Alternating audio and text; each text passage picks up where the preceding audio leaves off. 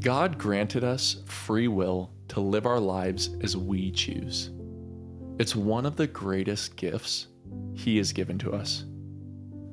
So, how do you choose to live? Do you make decisions based on your desires?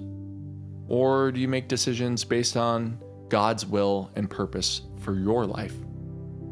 Sometimes it's hard to know the difference between our desires versus God's true purpose for our lives.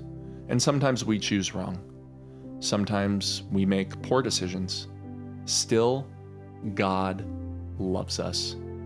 And Jesus still walks beside us. So that every moment we know we can choose differently. And in every moment, we can seek the Lord's good counsel. There are times when we'll make the right decisions, but they lead to outcomes and situations that we would have never wanted. In those moments, it's hard to understand how our right decisions led us to such agony, whether it's emotional agony, physical agony, even spiritual agony. But as Pastor Jeremiah Jones teaches us this week in Relentless Hope, when we put the decision into our hearts that we will live for God, regardless of what happens on this earthly plane, then God will never allow us to lose more than He will give back. As Pastor Jeremiah says, if we choose to put God first, He will never put us last. We must trust in the Lord.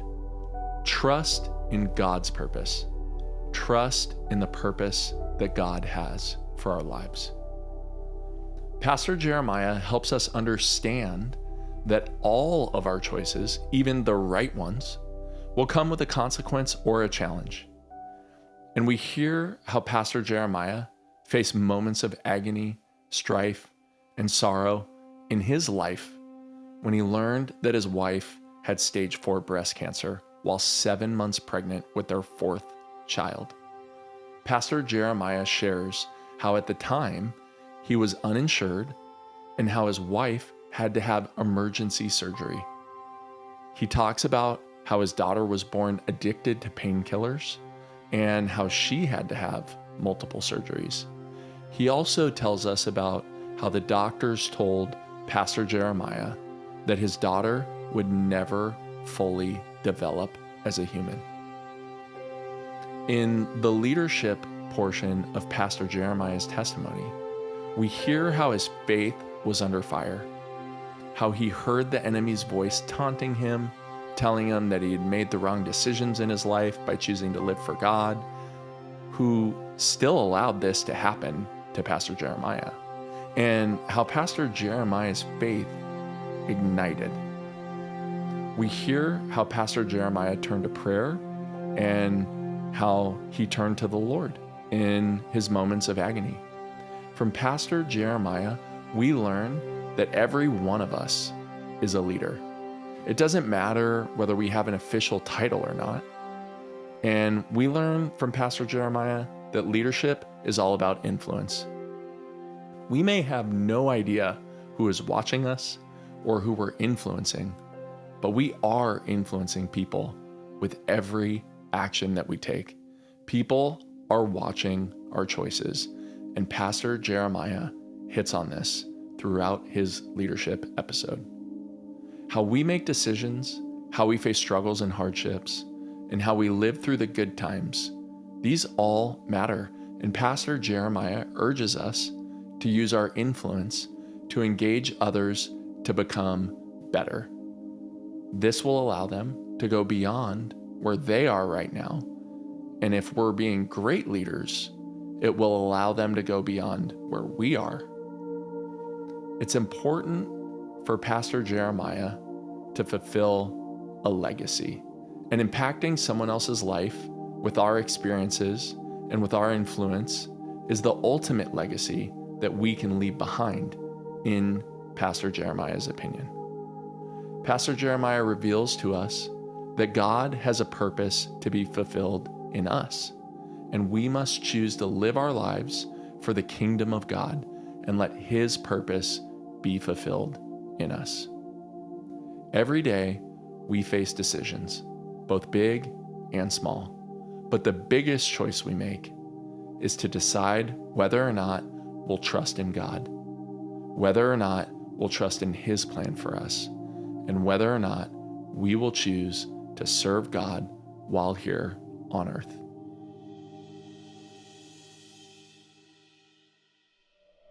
During his wife's 4th pregnancy, Pastor Jeremiah Jones noticed something strange about his wife after a service he was giving.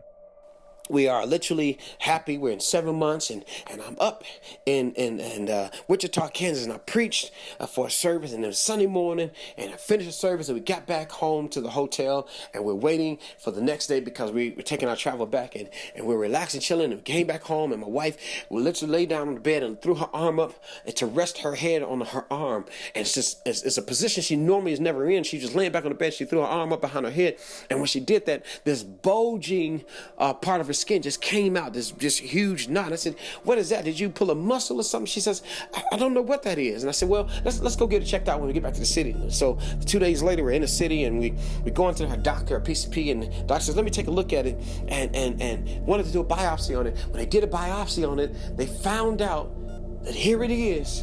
My wife is diagnosed with stage 4 breast cancer.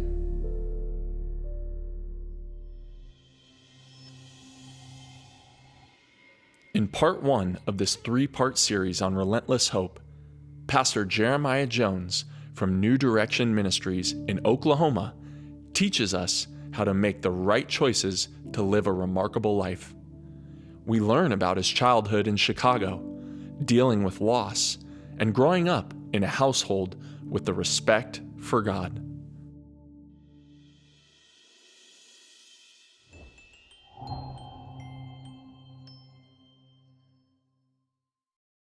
Life is an opportunity which God has entrusted each and every one of us to have to impact lives across the length and breadth of this world.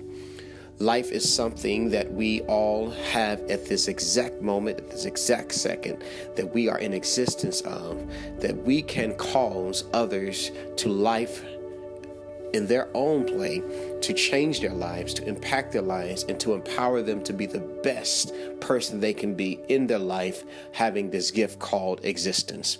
So let me give you a little bit about myself. I am the baby of 8. And my life journey starts out in the great city of Chicago, Illinois.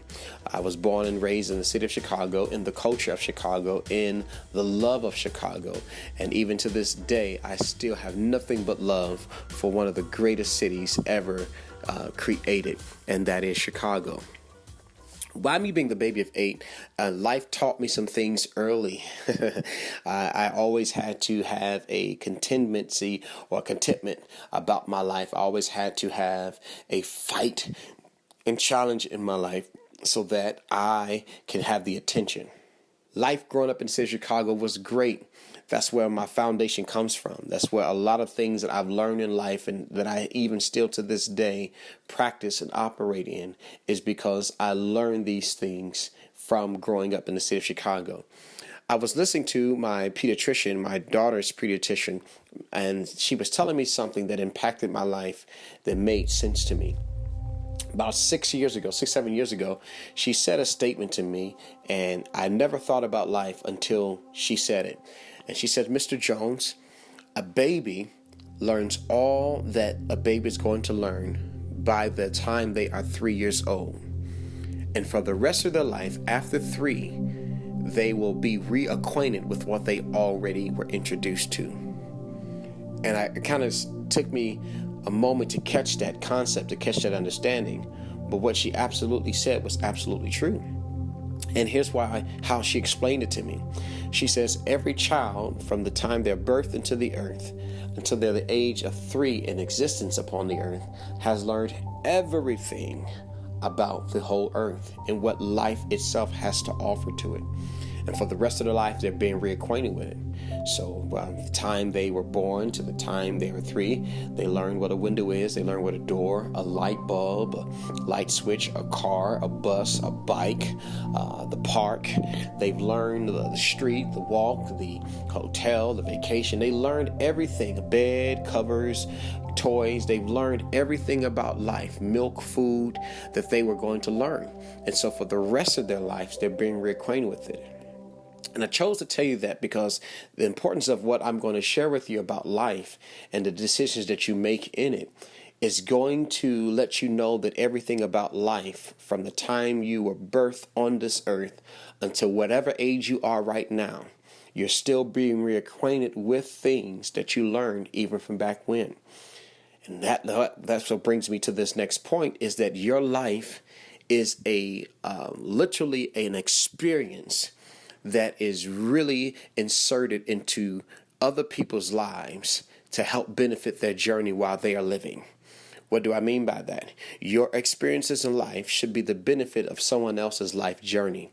So what you've gone through in your life, you ought to be able to help someone else out during their life journey. Hence, why am I on this podcast today? I'm on this podcast today to tell you that some of my experiences in life should help you and benefit you to where your journey could become a whole lot easier, to where your journey in life will be a whole lot more understandable. I don't come with a perfect life. I don't come with the perfect decision that I made every day. I didn't come with the perfect understanding and all the wisdom. I only simply come on this podcast simply to say that I've had some experiences that hopefully you can draw strength from, that hopefully it can alleviate some of the stresses and some of the challenges you may face, knowing that I faced something similar or something kind of exactly to what you may be going through, that even through my experiences and me overcoming, it's going to give you the strength, you the joy, the encouragement for you to overcome the challenges that you're facing. Beloved brother, beloved sister, my listeners on this podcast, we all will have some great days in this journey we call life. We all are going to have some bad days. We're going to have some challenging days. We're going to have some days where we just don't want to do it. But the reality is, as long as you are living, as long as you are above the ground, as long as you still have the gift called life, God has lended you a favor to say that you can keep pursuing after what he's given you to do, to say that you can overcome any obstacle, to say you can face any challenge and conquer it.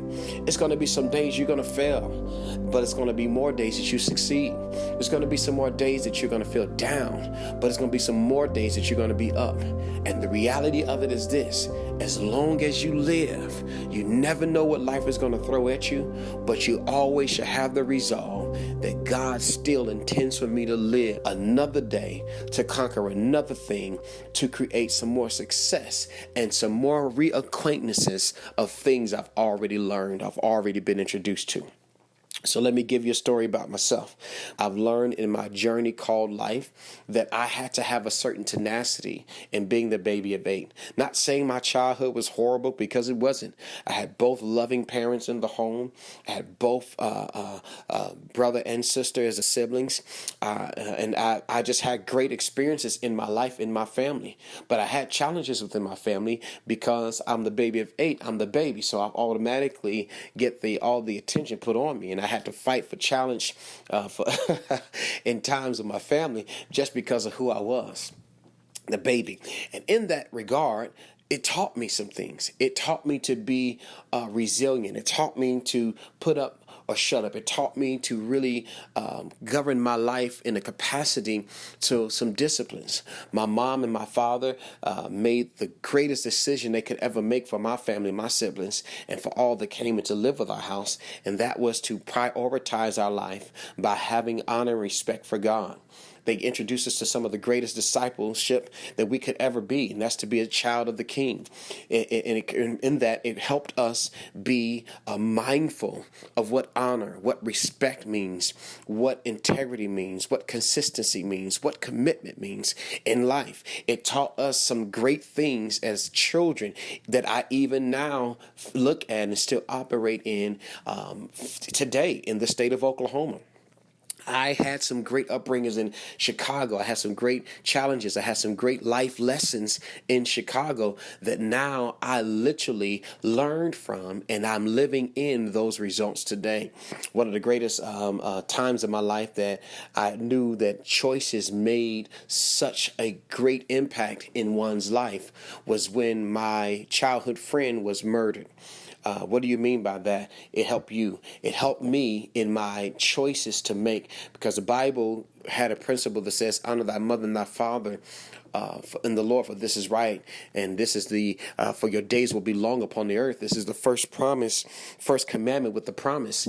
My mom and dad taught us to honor and respect their decisions, taught us to honor and respect them as parents and grandparents and peers and elder people that were older than us, siblings who were older than us, aunties, uncles, the adults. They taught us this in the avenue of respect and honor, because the Bible gives us, obey them to have rule over you, not stating that's just on the job, but those that have the experience in life who are adults. They taught us respect. They taught us honor. And one of my early childhood memories was when my good friend died or was murdered, was killed due to a bad decision. But believe it or not, your life comes with decisions. Your life comes with choices. And how you choose or how you decide to do things today will impact your next moment, will impact your next hour, will impact your next day, will impact your next week, will impact your next month, next year, next decade. It will impact what you do right now, impacts what you will do later on, impacts how you receive later on. And I took it as an early life lesson. We had, of course, a friend of mine, grew up in the same neighborhood, grew up in the same city, but didn't grow up in the same home. And what was practiced in our home, the disciplines that was instilled in us in our home, the respect and honor that was instilled in us in our home, made a difference in how I live now. It made a difference in how of the time he short-lived on the earth. I'll never forget the day that he passed away, or was killed, was that his parents and grandparents and uncle was trying to get him to do something and be at a certain place at a certain time, and he rebelled against that. He decided to buck up against and be disrespectful, dishonorable. And this wasn't the only time that he did it. He had a pattern. And when he made that pattern, it became a habit for him. And some of our choices, some of our decisions creates patterns, creates lifestyles. It creates behaviors that we normally don't realize or can cognitively understand why we do certain things. It's because it's a pattern. It's a behavior. It's a habit. And he was in this habit of dishonor and disrespect. He was in this habit of just being disobedient. And of course, we know, those of us that are scripturally sound, that disobedience is a form of just literal disrespect, dishonor, and witchcraft. So within that capacity, he was supposed to be in one location, and he rebelled against the instruction that his parents gave, and he ended up getting shot and killed. The result that struck me at an early age was that I had to be one to eulogize him at his funeral. I had to speak well of him. And one of the greatest challenges that I had was to speaking well of him, of someone who didn't have the same principles. And in that moment, I chose to speak on the integrity and the power of choice. I'll never forget it. As a 12-year-old young man, first accepting his call in ministry, having to stand up and tell my peers that the power of your choice can impact what you do long term. How you choose and who you decide to live your life and lend your gift of life to do and in life for will impact how long term it will affect your life. So I told them on that day, you need to choose the Lord. You need to choose to live for the Lord. You need to choose to have your life have meaning of value, substance to impact other people's life. And grateful to God, my choice to live for God through the decisions of my parents' choice impacted my life for that moment to help someone else out. And hopefully today is going to help you out. In my life choice to live for God down through the years, I've had many reacquaintances with life. I have reacquaintances with disappointment. I have reacquaintances with challenges. I have reacquaintances of not enough money for bills, and have reacquaintances of hunger. I had reacquaintances of all experiences that I first was introduced to when I was a child up to 3 years old. I never forget one of the greatest moments of my life was being able to be around my grandma, my grandfather, and just family, choosing to be around, choosing not to harbor and hold unforgiveness in my heart and bitterness, choosing to be free, choosing to live my best life for the Lord. That was a choice that I made. And sometimes the choices that we make are the greatest choices that we make, but sometimes it comes with challenges. And every challenge is going to accompany a choice. Oh, yes, you're going to have some challenges in your life based off the choices that you made, even if they were good. Even if they were bad, you're still going to have some challenges, because challenges are not there to harm you or to break you or to make you have a demise. But sometimes some challenges are there just for you to be more validated and solidified in the choice that you made in the first place. And beloved, the reality is you have to make a choice.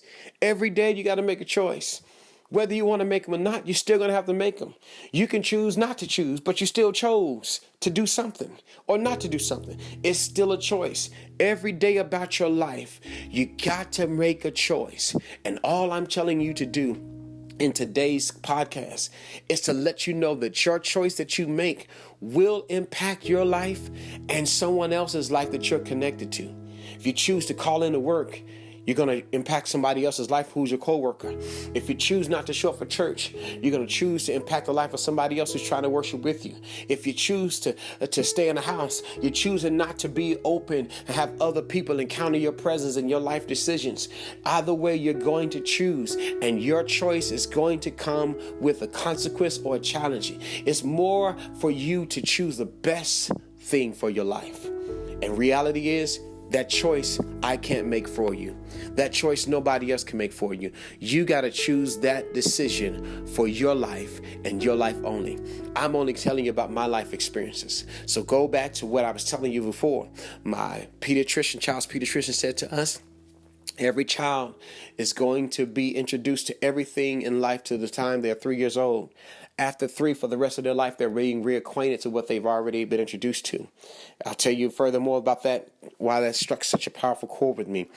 My grandmother, I told you one of the greatest decisions was being around my family. My grandmother and grandfather, loved them dearly. They're no longer on this earth. And the reason why I brought them up was to have an understanding as to why the pediatrician, what she said to me, made so much great sense. I remember my grandparents and us being so lovely being around them. And in that time of us being around them, they always shared a whole lot of light. They always shared a whole lot of love and joy with us. And I just love being around them. Although we lived about 700 miles away from each other, my father and mother would sometimes on the weekend pack up the car when we get out of school and go down and spend the weekend in Tulsa, Oklahoma. And while we were there, we would just barely be engulfed in just family time. And I didn't understand back then why my grandma would cough so much. I didn't understand back then why my granddad had to feed her or why she had to be tended to by some of my aunts and didn't understand the whole reality of it. And this is just me calling back in memory. Didn't understand it, but I was introduced to her condition.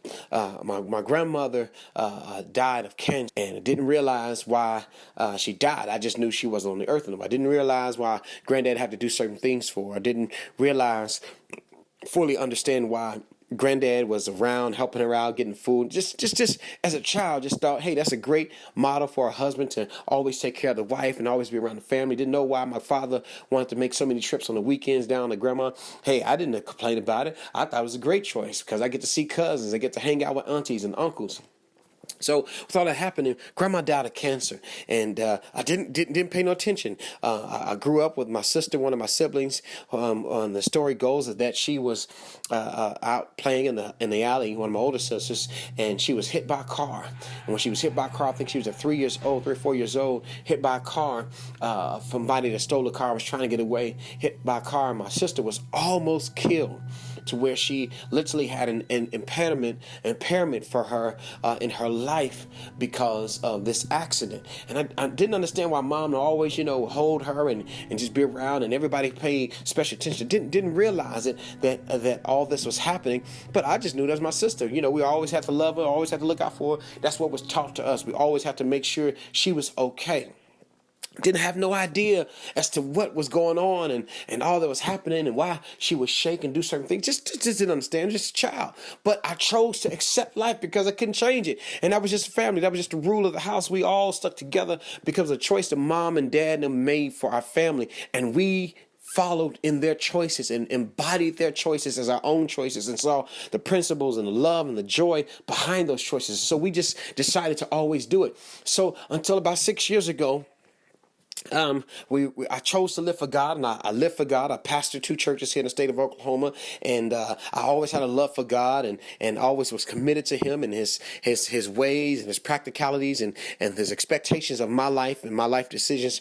That I've always chose to seek Him first. I've always put God first. I always chose to do the will of the Lord, to feed the hungry, to visit the sick, visit those incarcerated, pray for the sick, and just clothe those that are naked.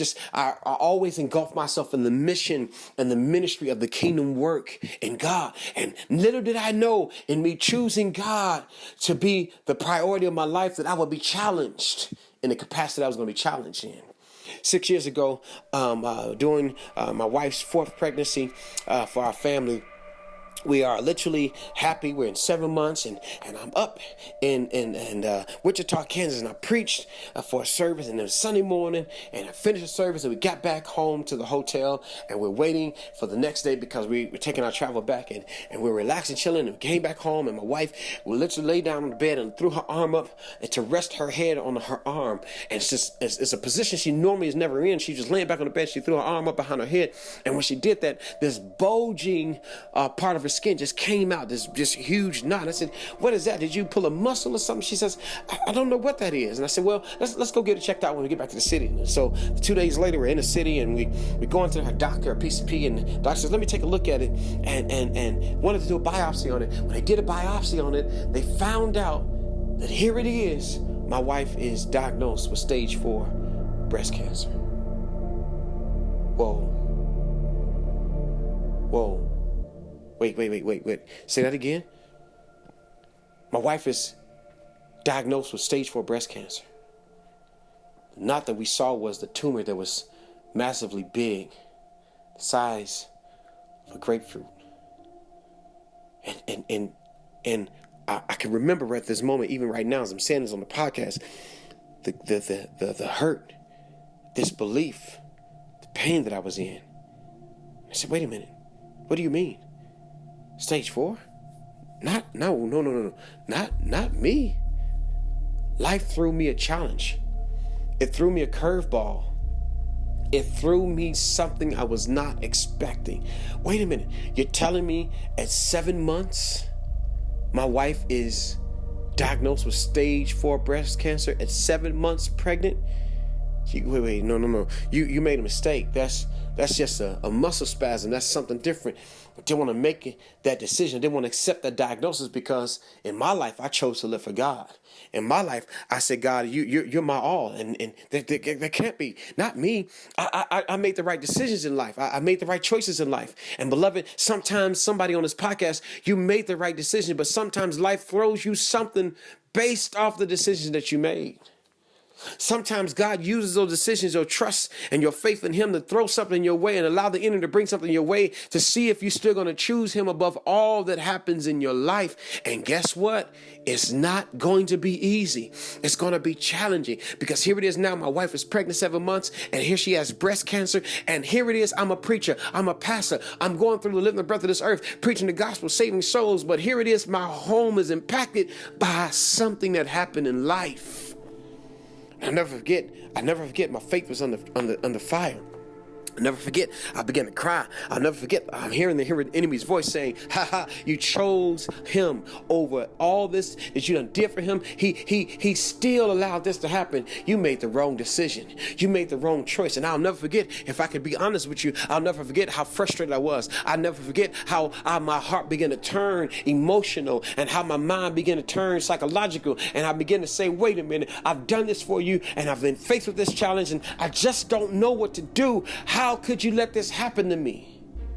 Never forget, beloved, it was a rough time for me. I didn't have insurance, and we didn't have adequate income, be out on a circular job. And so we were living and being dependent upon the church for financial support. And I'll never forget, we didn't have the proper insurance to do what we need to do. And we had favor for the surgeon to bless us with the surgery for free. I'll never forget, we had to be in life living decisions out day by day. A month later, she goes in. A couple weeks later, she goes in having emergency surgery.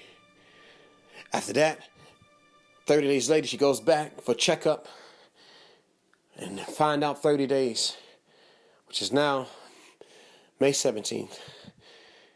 She literally has to, June 17th, has to now have an emergency surgery because she has staph infection. We're trying to figure out what's going on. We go back, and when she has the surgery, emergency surgery, she packed. I have to pack her, have to help her heal, have to be doctor. Something I'm not privy to do, but it's a part of life. Life will take you through some paths you never are prepared for. And all while I'm going through this, I'm feeling this challenge as something great. I'm seeing this challenge as something crazy. And I'm like, Lord, how do I handle this? This is something you've allowed me to go through. I'll never forget, after going through that, having to pack her, my baby's born. And guess what? My baby's born now. She's born with an addiction to the pain medication from my wife. I can't believe it. I can't understand it. I'm trying to figure out what's going on next. Beloved, let me tell you, the doctor, pediatrician, told me a few months before my wife was diagnosed, she said, hey, Mr. Jones, remember, your child is going to go through everything. She's going to be introduced to everything up to 3. And from the age of 3 on for the rest of life, they're being reacquainted with it. Now it makes sense why my father had to go visit my grandfather and grandmother all the time, because she had cancer. And I had to see how to treat a wife, had to see how to treat a mother, how to handle cancer and the last stage of cancer. She's diagnosed with stage 4 cancer. So it's between her and the baby. My wife is between her and the baby, who's going to live. And so I had to see how to treat a wife who had a sickness. I had to see from my mama's experience and my father's experience how to handle a child who doesn't have it 100%. I was faced with challenges in my life based off the choices that I lived for God. Now, here it is, a test comes. A test comes to me through my wife having cancer. A test comes through my daughter being birthed out, going through 2 surgeries, and now having the addiction of the pain medicine in her system. What am I going to do? The devil wanted me to quit. The devil wanted me to stop. But I remember what something said in my spirit. I remember my faith igniting and reminding me, men are to always pray. Men are to always pray and not faint. I remember something igniting in me and telling me the effectual, fervent prayers of a righteous man availeth much. I remember something igniting in me that says, many are the afflictions of the righteous, but the Lord delivered them out of them all. And here's what I'm saying to you now, beloved, that is on this podcast, for you to understand that life is going to come with some choices. But if you put it in your heart, if you put it in your mind, if you make your discipleship come to God, things when life comes with you with some very heavy situations, God will always be right there. If you put that decision in you that I'm going to live for God regardless, that I'm going to choose to have God on my side, that I'm going to choose to seek God first and his kingdom and his righteousness, he will never allow you to lose more than what he's going to give you back. Beloved, hear me. If you put God first, he'll never put you last. That's what life is going to be made of. What do you choose to do with your life? How will you choose to impact? Let me fast forward 6 years. Remember, I told you it was a decision between my wife and my child. 6 years ago, my pediatrician said your life is going to be reacquainted with things that you already introduced to. Here it is now. 6 years later, my wife is healthy, cancer-free. 6 years later, my child, she just started first grade. And guess what? She's already reading on the 2nd and 3rd grade level. The doctor said she wouldn't have to be able to operate normally. But I chose in my life, I chose this gift of life that God gave me to trust him in every way that I'm going through. Trust in the name of the Lord our God. You have to be able to know that your prayers, that this podcast is based off God answering your prayer to hear this podcast, to hear this experience called life, so that on your journey of life, it can be alleviated. You don't have to be stressful. Listen, you have not the only one that's going through what you're going through. You're not the only one that's faced with the challenges that you're faced with. But I'm here to tell you this. Your life matters. And your experiences matters as somebody else's life journey. My experience in overcoming the challenges of losing my house behind cancer, losing my cars behind cancer, having to pay for my wife's treatments, and losing everything I got. Then I'm here to let you know, life is not always going to be easy, but life with God will be worth it. I never thought my experiences would be to me what they are to me now. They're my greatest testimonies. Beloved, I hope you take listen to what you've heard and know that your life experiences are based off your choices. How you choose to live your life determines how you're going to reap from it. As for me and my house, I chose to live for God. As for me and my life, I chose to let God be the priority. Has it always been easy? Absolutely not. Has it always been stress-free? Absolutely not. Has it always did what you expected? Absolutely not. But I'll leave you with this last promise. Romans 8:28 says, all things work together for the good, to them that love God and to them that are called according to his purpose. Beloved, your life has a purpose for God to be fulfilled in. I'm just asking you today. Pray.com is asking you today. Choose to live your life for the kingdom of God and let his purpose be fulfilled in it. Take care of your gift called life. Impact somebody else's life with your journey, with your experiences, so their journey can be better. God bless you. I love you, and I pray that this podcast brought you to a place of peace in your life journey.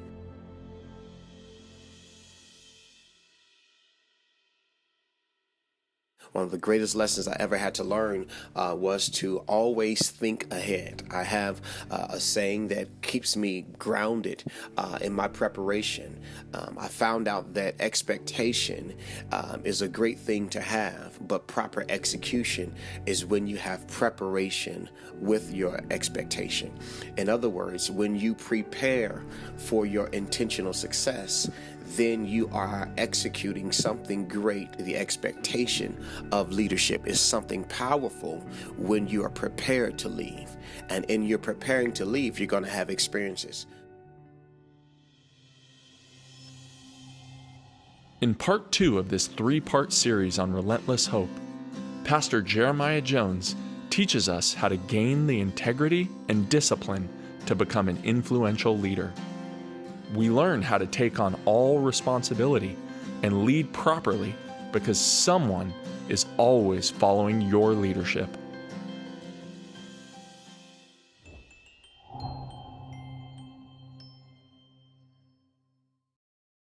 Leadership is something that we are all a part of, whether we have acknowledged it or not. We possess the one most important thing about leadership, and that is the word influence. Influence is something that we embody, whether we may carry influence in our home, we may carry influence in our jobs, we may carry influence in our churches, we may carry influence in our schools, or wherever we may go. We all have the ability to influence someone to either do good or to do bad. And so today I want to challenge us in our thinking and in our assessment about this word leadership, that we possess the right thing to do, how to use our influence to engage others to become better beyond what they are right now.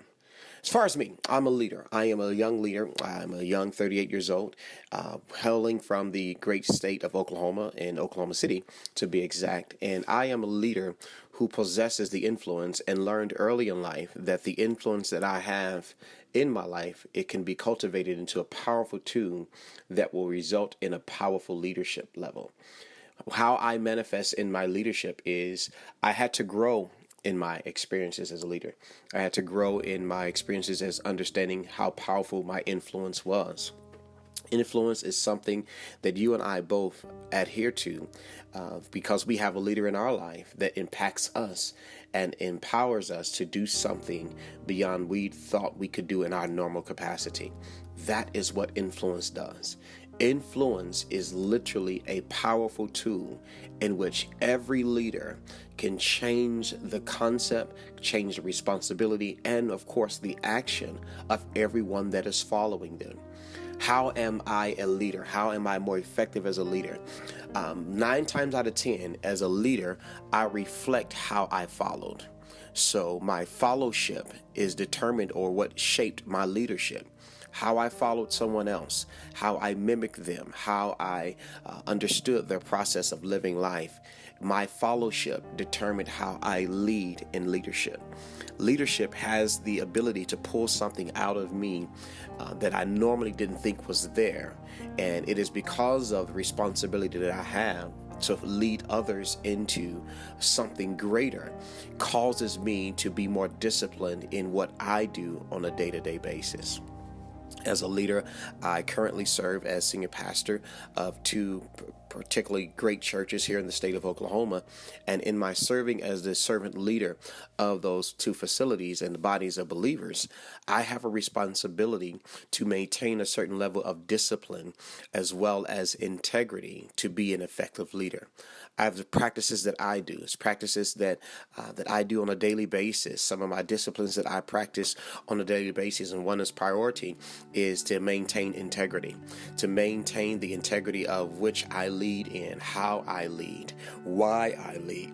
And as I define those things on a regular basis, it creates a discipline about myself that causes me to be consistent in my leadership to those that are watching me. Whether you believe it or not, you may not carry the title of a leader. You may not carry the title of a dignitary, but you may have the responsibility, absolutely 100% of the time, that someone, I can guarantee you, is following your leadership. They're following how you take on life. They're following how you handle important decisions. They're following you and how you make important decisions, how you live through the good times, through the bad times, through the challenging times, through the successful times, through the failing times. They are following you. That may be your spouse, that may be your parents, that may be your children, that may be your siblings, co-workers, friends. It doesn't matter. Someone is watching you to see how are you handling your life decisions as a leader. And in your decisions to do right and or to do wrong, within that you are carrying an influence and you're shaping them oftentimes to make sure that they mimic your decision or do something through the influence that you've shown them to have their life to have a better outcome. So beloved, don't take it lightly. You are a leader. You are a leader who has overcome some failing opportunities, who have overcome some failing experiences. I'll never forget one of the greatest lessons I had to learn in leadership was through my fellowship. One of the greatest lessons I ever had to learn was to always think ahead. I have a saying that keeps me grounded in my preparation. I found out that expectation is a great thing to have, but proper execution is when you have preparation with your expectation. In other words, when you prepare for your intentional success, then you are executing something great. The expectation of leadership is something powerful when you are prepared to leave. And in your preparing to leave, you're going to have experiences. What do you mean by that? In you preparing to lead, you're going to have some failing points in your life in which your leadership or your influence didn't go the way that you expected it to go.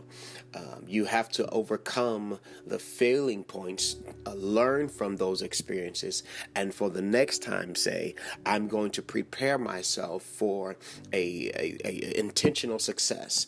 I will never forget, I was served in the hospitality industry. And in me serving in the hospitality industry, more so in the banquet, food and beverage area, I had to become what was called a banquet captain. And the banquet captain had to have the responsibility in overseeing or supervising an event at the hotel. And in my supervising the event at the hotel, I, in my expectation, thought all of the workers would understand what their role and responsibility was in helping the function become a success. And so in my ill experience as a leader, I just expected for everyone to come to the facility at a great appointed time for them to be prepared to work. And so, hence my ill experience, they come for the event. There's actually a luncheon that we're having at the hotel. And as the luncheon is beginning to happen, or closer to the time that the luncheon is supposed to start, the workers show up prior 30 minutes. And in my ill experience as a leader, I did not have direction for them to go in specifically. So I had a whole lot of people ready to work, but did not have the proper preparation to give them direction in which they were supposed to work in. Because again, my expectation was they knew what they were supposed to do. And so that was one of the most biggest failing experiences in my leadership as a captain, a banquet captain, just starting out, not knowing that I should be preparing the staff for what's to be expected of them, what's to be expected of the event, and sharing the information. And by my ill experience in preparation, I did not fulfill my expectation, and neither was the event successful because I had the ill experience of a leader. And so what I did, I had to learn from that experience and prepare for the next time, for the next event, on the next day, or the next week, or the next month, the next event. I had an experience of failure, and I'll never forget the embarrassment. I'll never forget the feeling of just shame and complete failure that I felt about my leadership, and I felt that I couldn't do it. I felt that I wasn't cut out to continue in that leadership capacity until I had my leader, my banquet manager, my assistant food and beverage director, to come up to me and to help me realize that because I was ill prepared, I gave them, those who were expecting for me to lead them, a bad experience, and I was not prepared to empower them to do better than what I was, to empower them to make a success out of the event. So from that day forward, I developed something that causes me to even now be at a place, a position to where I properly plan. In order for you to be an effective leader, you have to know where you are going. You have to properly plan the pathway, the course, the designed facet of way you're going to approach what you're trying to succeed in. So as a leader, I had to develop something. And it was a saying that said proper planning prevents poor performance, which means if I properly plan things out, I prevent the performance so poorly. I cause myself to be intentionally successful. I cause myself to overcome and plan out every obstacle. Now, I'm not saying that everything will go 100% correct. Don't get me wrong. There will be times where you will plan and properly plan. But there will also be some challenges within your prior planning that will cause you to even fine-tune even more your leadership. And in those times, you have to know that if I stick with the plan, if I have expectation, I can always adjust how I handle the in-the-moment decisions. As a leader, having a prior plan causes you to be one step ahead of the game. It causes you in every area of your life to anticipate mistakes, to anticipate potential challenges, to anticipate opportunities so that you can always learn and be better than the time before. So in the time of me preparing for the next event, I sat down, I put together procedures, I put together expectations, I allotted time in my scheduling personally to create this plan for the team successfully. If I am the leader, I can never lead from the back. If I am the leader, I must take the precedent position in being in the front and showing them, whomever is following, whomever I have influence over, whomever I am leading, I have the responsibility to show them that they have a leader who is invested in the team accomplishing what we're assigned to do. And so in this banquet event, I'll never forget it. We had over 500 people that we had to feed. We have over 500 people that we had, or guests that we had to fulfill a planned out success for. And so in that, I was able to properly plan that this person or this group of people will focus on that. This group of people will focus on this. This group of people will focus on that. And as I strategically in my leadership planned out success, it caused me to have a better grip and anticipation of what could possibly go wrong. Sometimes in leadership, you have to know in your influence that you must delegate responsibilities to maintain the integrity of your leadership. Just because you are a leader does not necessarily mean that you have to be deeply engulfed into everything about the event or about the assignment. You have to be able to reduplicate who you are as a leader. Your influence, part of the responsibility is to help cultivate the person who will share the same mentality and the same understanding in the task that is set up in front of you all as a group. So your leadership empowers, your leadership cultivates, your leadership teaches. And in your leadership, you have to be willing to express your failures to help encourage someone else as they failed or as they are at the beginning stages of their leadership. Remember, your leadership was determined by your followership. How you followed your leader, you should be able to mimic the same behavior, but in a better way to those that are following you. You have to be engaged with your followers. You have to have conversation with your followers. You have to be able to be one in the same, a leader as well as a follower in mentality, and so that you can lead your team to the next level. What does that mean, Pastor Jeremiah? I'm saying this in the capacity of this. I have to be at a place to where I am able to lead them, the followers, those who I have influence over. I have to have the ability to lead them in a place in life, whether it be church, whether it be family, whether it be in my home, whether it be on my job, whether it be in the community.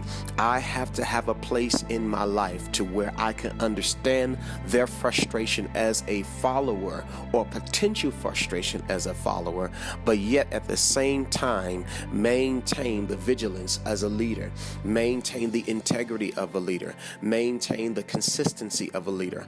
All leaders and all followers have to have one characteristic that must be intercepted or involved with each other, and that is integrity. You cannot be an effective leader without having integrity.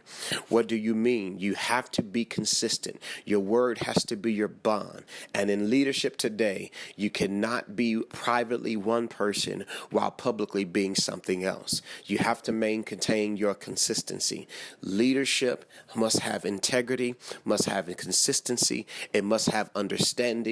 It must have peace about it. When you are leading and you are responsible for others that are following you, you have to be at a point to where you are in this walk together. You're leading them down a path. You're leading them to a particular goal. You set these goals up. You're probably properly planned for success. You're intentional about what you're doing. And when you are doing that, beloved friend, when you are consistent in those roles, it speaks to truly the integrity of your leadership. You as a leader, you're not a master. You as a leader, you're not a boss. You as a leader, you're not a dictator. But you as a leader, you are a person who literally understands the thoughts and the emotion of every follower, while also maintaining the integrity and consistency as a leader. You have to be able to meet them, your followers, where they are in their understanding and pull the best out of them, and use your influence to pull the best out of them. Use your your influences. Let them see there's a different way about how you're following or how you could follow. Let them know that you as a leader share the frustration that they have shared the emotions that they have shared the stress that they have gone through. And what you're doing in that, you are using your influence to impact their lives, to impact where they are experiencing any negative influences. Now, not to say that you will never have any negative influences, because guess what? Experiences come with that. Your experiences, you're going to have some negative influence, you're going to have some negative challenges, but how do you respond to those as a leader is totally different than how you respond to those as a follower. And as a leader, you have to show every person that is following you the best possible result that you as a leader and them as a person to being a future leader or actually a current leader in their lives, how they should respond. Some of my greatest lessons came from the food and beverage field. Some of my greatest lessons again came from me pastoring and leading two churches. You have to understand as a leader, you have to be versatile, but yet be consistent in the integrity of what you're supposed to be operating in. I said all of that to let you know that leadership is something powerful. Again, you're the leader. You are leading someone. At the same time, you are following someone. But never let the follower show up in your leadership position. Never let the follower show up in your leadership position. When you are a leader, when you are influencing someone, you are the leader. You have to be able to be on your best display of leadership because someone's following you. And you don't want to be the cause of someone missing their mark because you were the follower when you were supposed to be the leader. What we oftentimes do as leaders, and I want to speak to this because I feel in my heart that there's someone's out here that's facing this. Sometimes we get frustrated with leaders. As leaders, we're frustrated because no one's following us, because they're not catching on to it the way they should be catching on to it. They're not mimicking and doing what we're supposed to be doing correctly. And sometimes that's very hard and difficult, especially when you have a vision, especially when you have a plan, especially when you have purpose that you're trying to accomplish and fulfill. Beloved brother, beloved sister, whomever you may be, wherever you are, whatever time zone you're in, whatever state you're in, whatever part of the world that you're in, there's a universal rule. A leader, no matter what, can't quit being a leader, because the vision and the passion that they have within inside of them is going to burn until the task is completed. So what do I do? What do I do when quit looks good? What do I do when I want to give it all up? I have to go back to why. As a leader, frustration comes and pain comes and disappointment comes and challenges comes and stress, and I want to quit. I want to give up. I want to do everything to say forget about it. Whenever you reach that point as a leader, you have to go back to the reason why you did it in the first place. What is your why in leadership? What is your why in accomplishing this particular task? When you define your why, it's going to lead you to the next question, who? Who are you doing it for? Your why, it may be your family. Who are you influencing? Who are you doing it for? Once you define what your why is, why did you accept this? It could have been for whoever you wanted to do it for. It could be for the greater good. It could be for the next empowering moment of someone else's life. And if that is true about you, if that is true, if you can define what your why is, if you can define against all the odds going up and stacking up against you, against the lack of support from resources that promised that they would do it, the attitude change and the challenges that people are facing that know your heart, that know your mind, that know your understanding, and they're facing you and you're facing all of this great challenge, you have to rely on the inner reasoning as to why you did it. What is your why? And today, hopefully this podcast is challenging you not to give up. I know that failure looks so horrible. I know the guilt, I know the shame, I know the emotional stress behind it. I can understand it, but you still have a why. You still have a purpose to fulfill. You still have a responsibility to make sure whatever the assignment on your life is, you have a responsibility to make sure it comes to pass. It may not be with all the glamour lights. It may not be with all the accolades. But the truth of the matter is, there's someone out there that's watching you and you're influencing them. There's someone out there that's following you and you're influencing them in their tough times that they're going to face. They can remember that when you wanted to quit, you kept pressing. They can remember when you wanted to stop, how to keep going on, how to overcome the negative and remember the positive. Here's something that I've learned from one of the great leaders that I follow now. And he says something to me that was so profound. He says, you can never give your time, your space, or your mind, give time to your mind to think about what didn't work. You have to go on to the next one.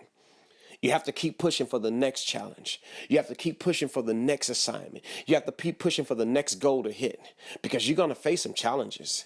You're going to face some opportunities of people just coming towards you to fight you. And it seems like everything is against you. You know what you do then in those moments? You got to remember your why. Not only do you remember your why, but you got to stop and say, Lord, hey, God, I need your help. Take a little time out to pray. Seek ye first, Matthew 6:33, the kingdom of heaven and his righteousness, and all these things shall be added unto you. When you have the kingdom of God priority in your life, when you have a consistent prayer life, when you have an opportunity to talk and commune with God, he'll remind you of your why. He'll give you promise. He'll give you hope. He'll remind you of the word that says, be not weary in well doing, for in due season you're going to reap if you faint not. You don't have time to faint. In leadership, you take some blows. Yes. In leadership, you're going to cry. Yes. In leadership, you're going to be very challenged. Yes. But you have to have confidence. When you have your why, you can be confident in things. You got to be confident in the talents and the gifts that God has given you. You got to be confident in the task that God has placed in your hands. God has placed in your heart. God has placed in your mind. God has given you in your influence to lead others. You have a responsibility. And when you accept that, you now have confidence. Paul says you have to be confident in this very thing. He which hath begun a good work in you shall perform until the day of Jesus Christ. And today, I hope this leadership podcast is literally helping someone to remember you still have a why. That your leadership matters. Your leadership impacts others. Your influence over your life literally will help captivate people in a capacity that you never thought it would be. But you have to be the leader that God chose you to be. Hey, my beloved brother, beloved sister, hey, it's our opportunity. Maintain our leadership. Leadership is powerful. Remember, someone's following your lead. Where you lead, that's where they're going to follow. And I challenge you, step your leadership up. Properly plan for what your leadership is requiring of you, for what the task, the job is before you. Don't be frustrated. Don't be emotional. Don't be stressed out. I know you want it bad. I know you want to create the success immediately, but sometimes we have to go through certain learning curves to cultivate a better leader out of us and a better leader out of the ones that are following us. Just remember, your leadership matters. What you do in your leadership is going to impact and impart into others that are following you. God bless you today. Maintain your prayer life. Thank you for taking out time to listen to this podcast. May God be with you and maintain your leadership because someone's following you. He says, live your life so that even the funeral director, the undertaker, who has to prepare your body, has to stop and cry and mourn for you. Now, that may have flew over some of you guys' head. You may not understood that in the capacity in which I understood it. Hopefully I'll give you the proper explanation as to what he was saying to me. He said to me, my business is an undertaker. My business is a funeral home director. My business is I'm the one to embalm the body. So I can get so used to embalming bodies. I can get so used to the business of undertaking and of the funeral home that I can be disconnected to the person that I'm working on. He says, live your life so. have such an impact on some in the world that even the undertaker has a problem preparing you for your final resting place.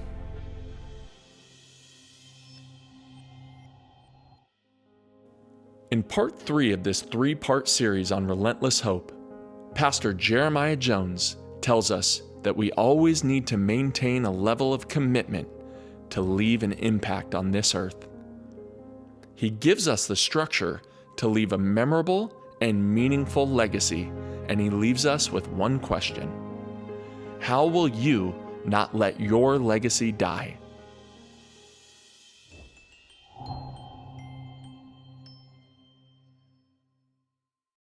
Legacy is something that we all will have a part of. It is something that we will be leaving behind on the earth for our loved ones, family, friends, and others to literally have a remembrance of us by. Legacy is something that is often defined as something from the past that will impact the present and the future. And as long as you are living on this earth, you right now at this very moment, even while listening to this podcast, your day-to-day aspect of life is leaving a legacy for someone else to remember you by. So today, I'm going to challenge you in your everyday walk, in your everyday thoughts, in your everyday actions as to what legacy are you leaving behind. If you were to die today in this posing question, how would people remember you? Will they remember you as just a lovely person with a bubbly personality, one who laughed, one who brought laughs, one who cried, one who brought tears? Or will they remember you for something so powerful and significant? That's right, my friend, your life carries legacy. Your life literally will be the ones who will actually impart into others long after you're off this dear earth. And so in that, my question is open to you. What legacy are you living? What legacy are you leaving behind for others to remember you by? How in your everyday life have you impacted and imparted into their lives something to empower them to be better? So let's take a look. Let's take a look about my own life, my own legacy that I'm aspiring to leave behind for my children, behind for my friends, behind for my family, behind for people who may have never heard of me, who may have never met me personally, but how am I going to impact their lives? Beloved, I'm the baby of 8 children, and I had to learn from day one that my life has to come with challenges. I had to learn that I had to fight for what I truly believed in. I had to learn that I was a part of a village.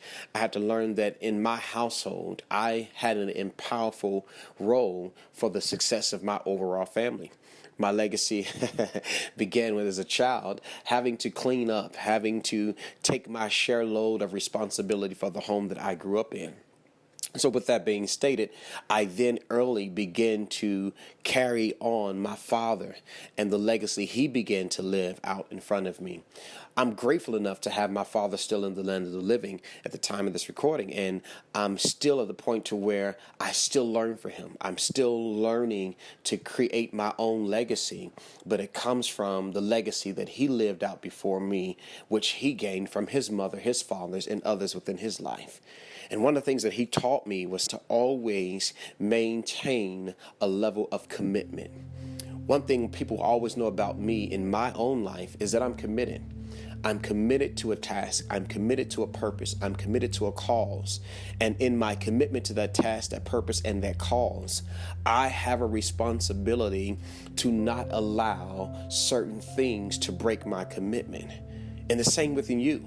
If you have a legacy that you want to leave behind and it has anything to deal with greatness, then there has to be a foundational tool of commitment. There has to be a characteristic called commitment, consistency, integrity. There has to be something that is your driving force, that is your driving factor, that is your driving passion to being committed. What is the legacy that you are living and living out in front of everyone now that will impact someone else's life later? Legends are those who have already gone on, or who have already concealed or ended their impact in that particular field. And so, in other words, legends are ones who don't have to prove anything else, who doesn't have to try to accomplish anything else, especially when they have fulfilled their passion in one particular area. There's a big debate going on right now within the sports arena, particularly basketball, as to who is the greatest of all time, what they would call the GOAT, the greatest of all time.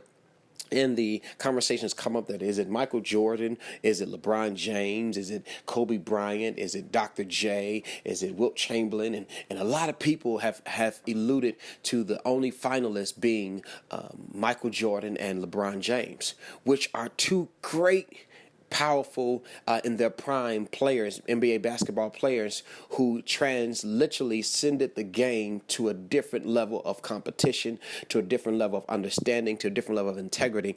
And in that, they asking who's the greatest of all time, when reality is they're the greatest of their time. They both possess a skill set that literally impacted so many children, who impacted so many young people, who impacted so many of their peers to be better, to do the same thing, to go beyond, to create a pathway of greatness. And that, my friend, you have what the embodiment of what it is to be a legend. Michael Jordan is a living legend.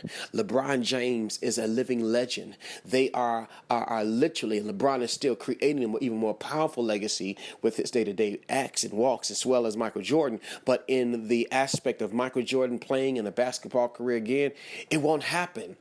It won't happen. Not saying that he doesn't have the ability to, but the reality is he does not have to do it. He has nothing else to prove. Bill Russell, living legend, he has accomplished everything he could have accomplished in a time while he was impacted in the league. Michael Jordan, Larry Bird, you have different living legends who literally impacted and imparted certain disciplines and levels of commitments in their own craft, how to become the best that they could be. And it has inspired, impacted, and imparted so much into the generation after them. So by that being an example, what are you doing day to day to create a powerful legacy? Who can stand up and speak on your regard, on your behalf, to say what you have done has impacted them, has empowered them, has caused them to be so great in their life, has caused them to be beyond what their own limitations were, who don't want to let those principles, those rules, those characteristics, those nuggets that you've given them not to die. That, my friend, is a true legacy. That, my friend, is something that will always live on. My father, whether he may be with us for 1,000 years or 1,000 more hours, my father has left such a strong impact in my life that he's given me a legacy to continue on. Not only his name by being Jones and the lineage of my grandfather and his grandfather and the beginning lineages of my own family bloodline, but I'm talking about beyond that. I'm talking about in the capacity of what practices, what principles, what nuggets has he instilled in me? What character behavior patterns has he instilled in me? What things, what causes did he fight for, he believed in, that he instilled into me to allow me to do the same thing? One of the greatest things he put into me is commitment. Another great thing he put into me is consistency. Speaks within the parameters of commitment, but to remain consistent. Another thing he's put into me, to be organized, to be disciplined, to have integrity. These are the things that he instilled into me, and that legacy is living on. I see some of the same characteristics and traits that my father instilled in me that now I'm instilling in my children. I'm now starting to see the benefits of the legacy of the Jones lineage that he placed in me, and the characteristics that I'm seeing in my son, I'm seeing in my daughters. And that, my friend, is what's causing us to live and be better.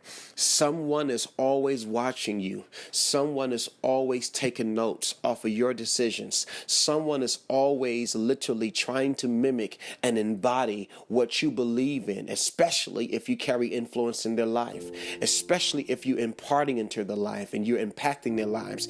You want to live your life so that the legacy of your name, the legacy of your actions will live on for centuries. Think about it.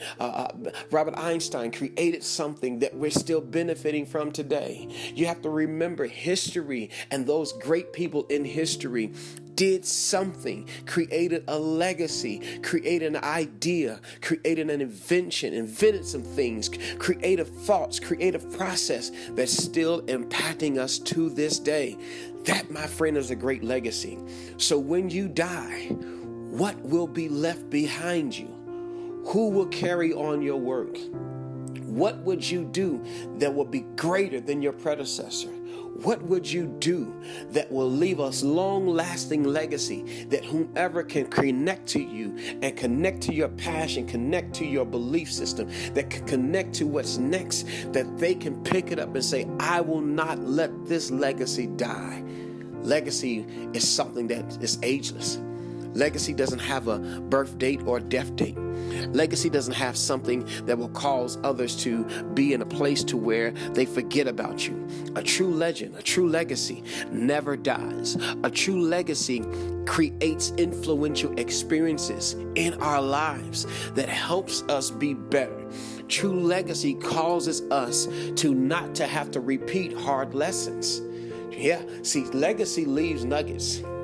As other people would say, another famous saying says, success leaves clues. Success leaves clues. Legacy leaves nuggets. What are you leaving behind for the next person that they won't have to go through some of the hard things that you've been through? What are some of the hard lessons that you have endured that you can pass on the experience to alleviate some of the things that your predecessors, or not really predecessors, but the ones that are going to come after you, how are they not going to walk down the same path? I'll never forget one time I'm playing with my son and we're outside and we're having the water gun and my son goes up and he tries to see how far this water gun can shoot and how powerful it is. And so as he's playing with his water gun and he shakes down because somehow it gets clogged, it's not pushing right, and he literally takes the eye of the gun where the water comes out and he's trying to squeeze the trigger. And I had to say, stop, son, don't do that. And at that moment, he didn't realize, he thought I was trying to take away his fun, when in reality I was saying, don't pull that trigger because that water can shoot in your eye. And if you're not expecting that water to shoot in your eye, if you're not prepared for that water to shoot in your eye, it could potentially hurt you. And so while I'm trying to protect him, he's thinking I'm taking his fun away. And I had to show him, no, son, it's not me trying to eliminate your fun. It's me trying to preserve you from a bad experience. I found out that sometimes an interpretation of legacy can make a difference of the embodiment of it. Once I explained to him what I was done and I showed him what could potentially happen to him, he then embraced the lesson. He then embraced the instruction. He then embraced what I was trying to do to him. And what I was imparting into him was to, son, help someone else out and create an explanation so that they can understand what you were doing. See, there was two different sections of times that was going on. My son, he was eager, he was zealous, he was wanting to learn, he was wanting to play. But I had to take that moment from him to impart into him that you always gotta, when you know something can go wrong or be bad for a person, always, especially if you have a relationship with them, sit them down, talk to them, and tell them, I'm not trying to do this to be mean to you. I'm trying to do this so you won't be hurt by this. And guess what? Your experiences, your life experiences is not for you to benefit from. It's for someone else to benefit on while they're on their journey. I hope I didn't take you too fast, but let me say it again. Your life experiences is for the benefit of someone else on their life journey. which means all the stuff that you've been through, good, bad, happy, sad. If you see a person that's going through something similar, you ought to be able to have confidence enough to share your experiences with them while they're on their life journey, to help prevent them from going through worse things, to help prevent them not to go through some of the same challenges, to help them along their way. Don't be so afraid to be negatively impacted or understood to where you can't allow your experiences to help someone else out. That's legacy, my friend. A legacy of helping, a legacy of empowering, a legacy of literally being on the side of someone else's success. One of my biggest prayers I pray every day, every morning when I get up, and I say this to God in a repetitive notion, in a repetitive matter. I say to God, God, today, help me be the platform to expose someone else's greatness. Help me be the foundation that somebody else can stand on so that they won't have to go through certain things that I've been through. Help me to have opportunity to give to someone else, that they'll help their struggle be alleviated, to help their success be more immediate. God, help me through my experiences not to allow certain tears of pain and hurt and vindication and hardness through certain other people's lives so they won't have bad experiences, God. Help my overcoming negative stuff create positive opportunities for others. That's the legacy that I'm living for. That's the legacy that I'm living out now for my children, for others around me. That it's not about what happened yesterday. My legacy is pick yourself up. My legacy is to keep going. My legacy that I want to impart and to empower into others is that as long as you are above the ground, there's another opportunity for you to be great. As long as you're above the ground, that means you are not finished with your purpose or your assignment on this life. As long as you are above the ground, you have another opportunity to impact someone else. Beloved friend, beloved sister, beloved brother, I'm here to ask you, what is your legacy? What will people remember about you? Ask yourself that question in your head. Write it down. Bullet point it out. Say your name. What is people expecting from me? What will people remember about me? How will I impact other people's lives? What will be my legacy? Is your legacy to love? Is your legacy to give hope? Is your legacy to be a joyous person? Whatever your legacy is, write it out. What do you want them to say? Because your life has to be bigger than on your tombstone, the dash that reports your birth date and your death date. It got to be more than that dash. It has to be more. You can't. Will your life be summed up as a blot of concrete with carvings in it, with your name and some numbers? What is going to be your legacy? If you die today, watch this question. If you die today, will the impact of your exit off this earth, will it cause others to pause and think, what can I remember about you that passed away? I was listening to this undertaker one time, and he was preparing a body that he knew very well, and he said something to me in this story that blew me away. I was talking to him about how, does he deal with bodies, and how does he really have the nerve and the guts and the mentality to deal with the dead.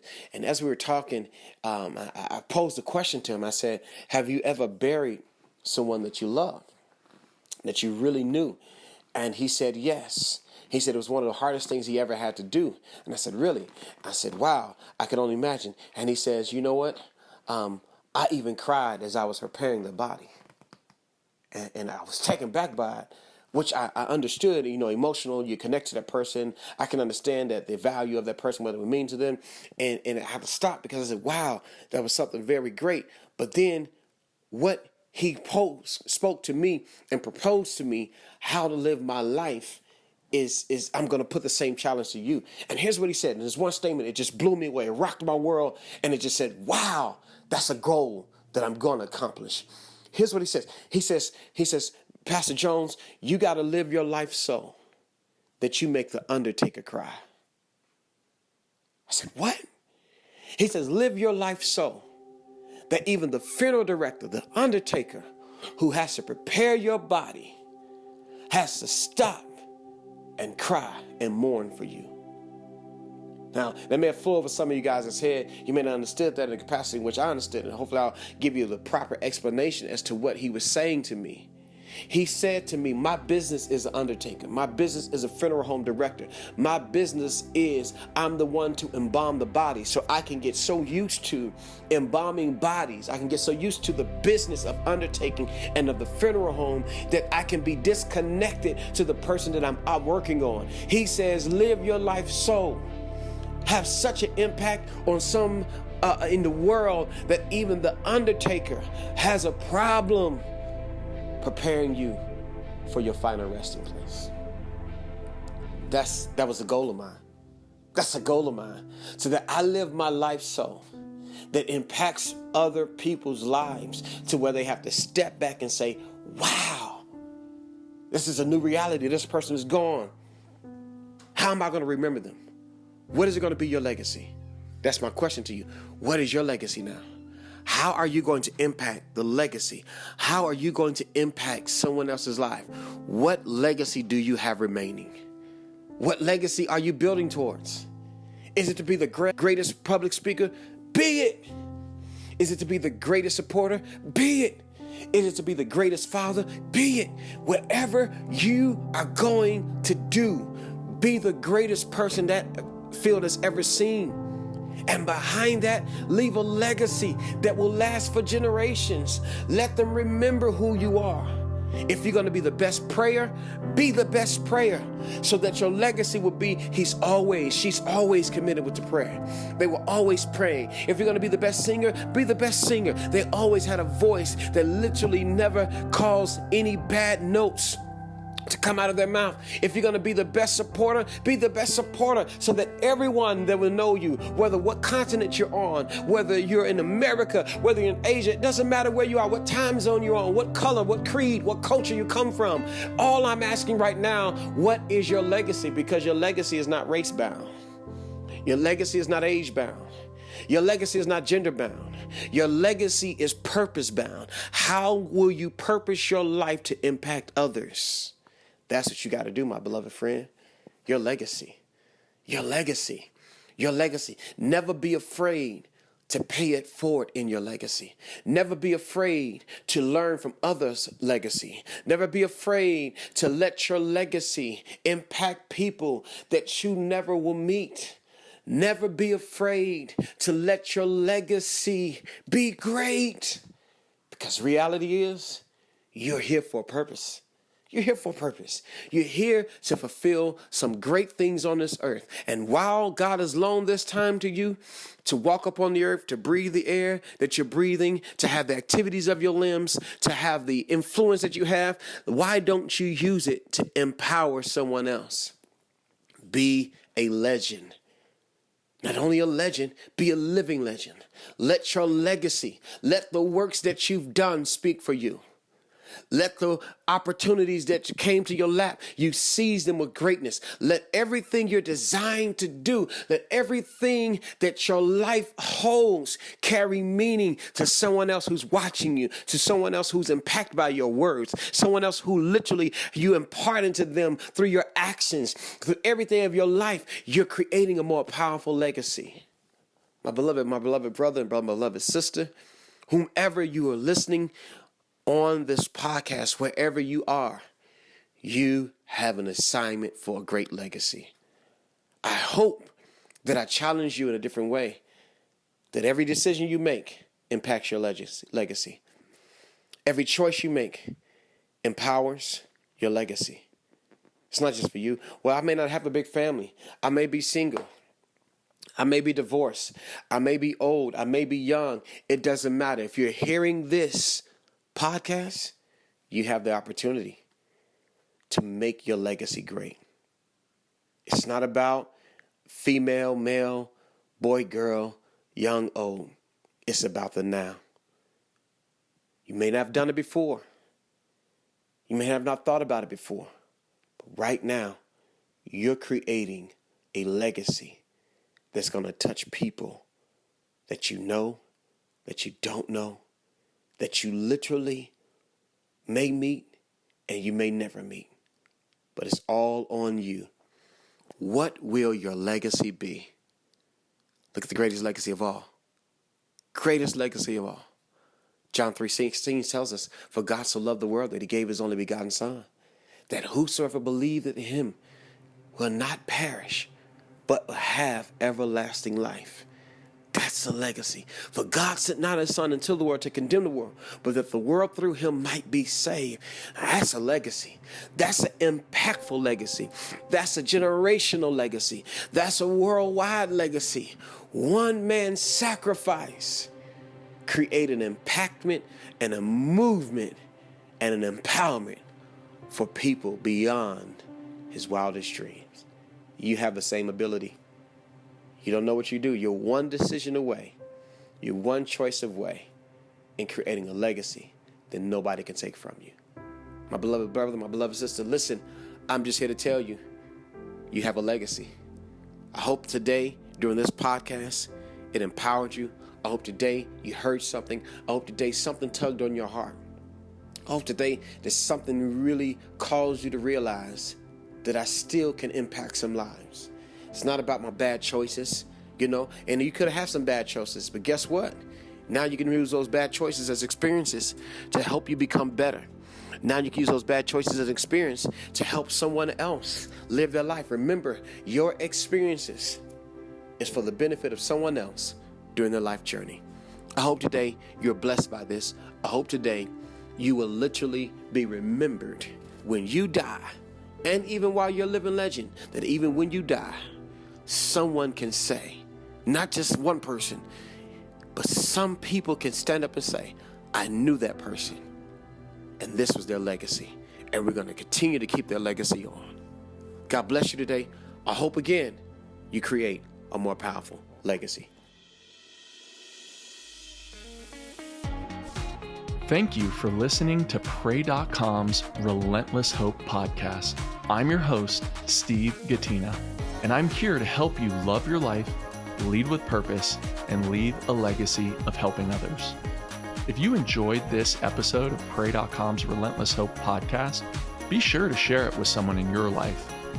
You never know the impact you can make on someone's life by sharing one piece of inspiring content.